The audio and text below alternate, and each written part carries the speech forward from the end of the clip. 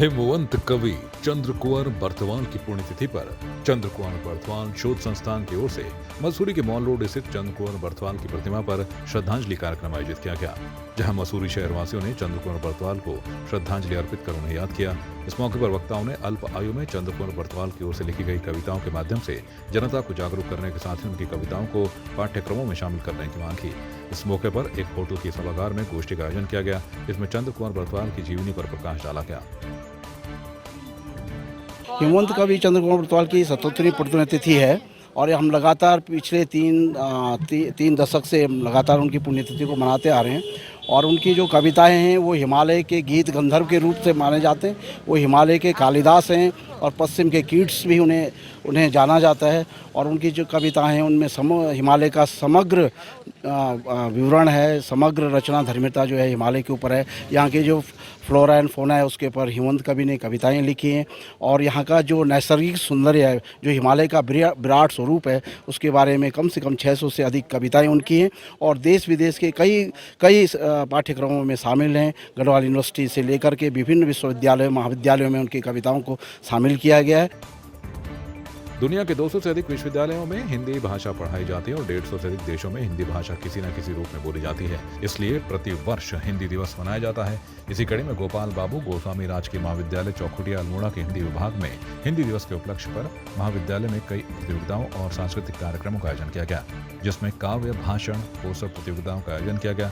महाविद्यालय की प्रभारी प्राचार्य डॉक्टर सरिता पांडे ने हिंदी विभाग के कार्यक्रम की सराहना करते हुए सभी विद्यार्थियों को हिंदी दिवस की शुभकामनाएं प्रेषित की। साथ ही विजेता छात्र छात्राओं को पुरस्कार वितरित किए। जो हमारी 2024 हिंदी दिवस जो मनाया जा रहा है उसकी थीम है पारंपरिकता से एआई तक, आर्टिफिशियल इंटेलिजेंस तक। हिंदी दिवस के बारे में जो उपलब्धियां आई वो उसकी थीम है इस दिवस पर 2024 में। इस बारे में देखिए बहुत सारी चीज़ें हैं।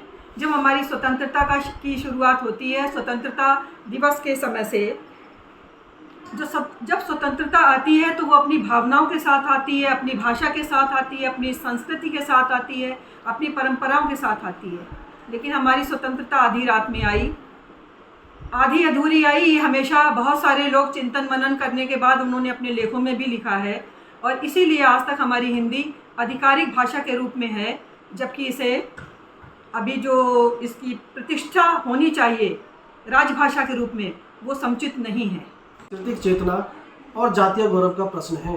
चिरकाल से लेकर अब तक हिंदी भाषा और उसकी जो जननी संस्कृत मानी जाती है उसने अब तक के सभी वैश्विक भाषाओं के प्रमुख शब्दों को अपनी भाषा में समाहित किया।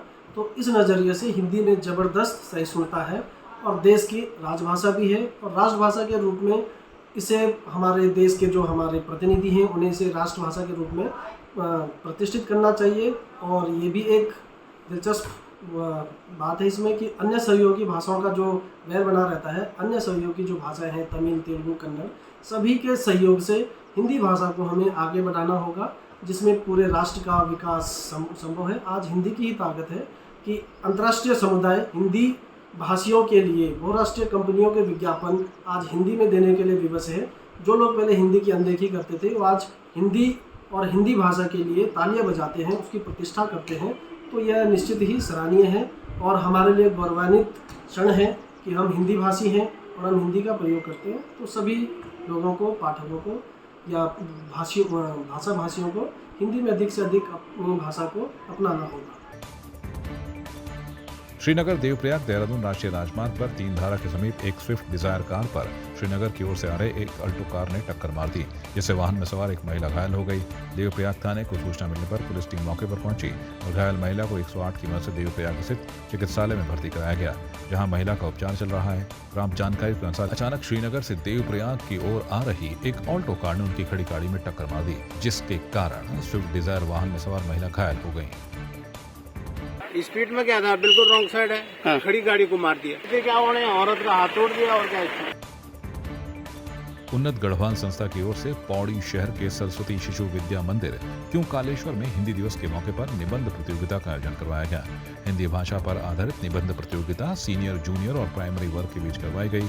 इसके साथ ही नर्सरी से लेकर कक्षा 3 तक के छात्रों के लिए लेखन प्रतियोगिता का भी आयोजन करवाया गया, जानकारी देते हुए उन्नत गढ़वाल संस्था के अध्यक्ष यशोदा नेगी ने बताया कि प्रतियोगिता में प्रथम, द्वितीय व तृतीय स्थान प्राप्त करने वाले सभी प्रतिभागियों को इस दौरान सम्मानित किया गया।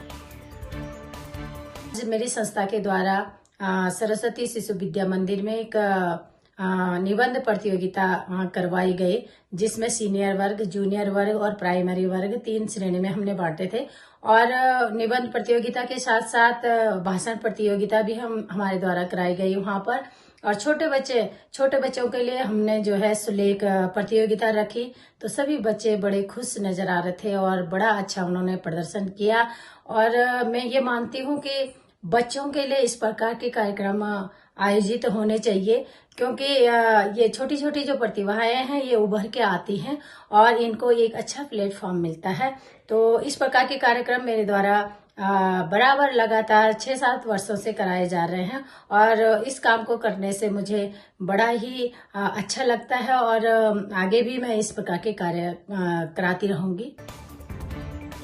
पिथौरागढ़ जनपद में भारी बारिश के बाद अब भी डरावनी तस्वीरें सामने आ रही हैं।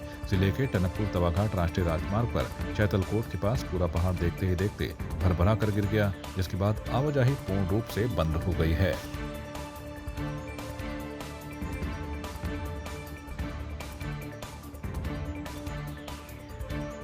आपकी इस पर क्या राय है, हमें कमेंट कर जरूर बताएं। इसके साथ ही आप हमारे YouTube चैनल को सब्सक्राइब कीजिए। आप हमें Facebook, Instagram, Twitter और कू ऐप पर फॉलो भी कर सकते हैं। और संवाद 365 के साथ एक क्लिक में जुड़ने के लिए डाउनलोड कीजिए संवाद 365 ऐप।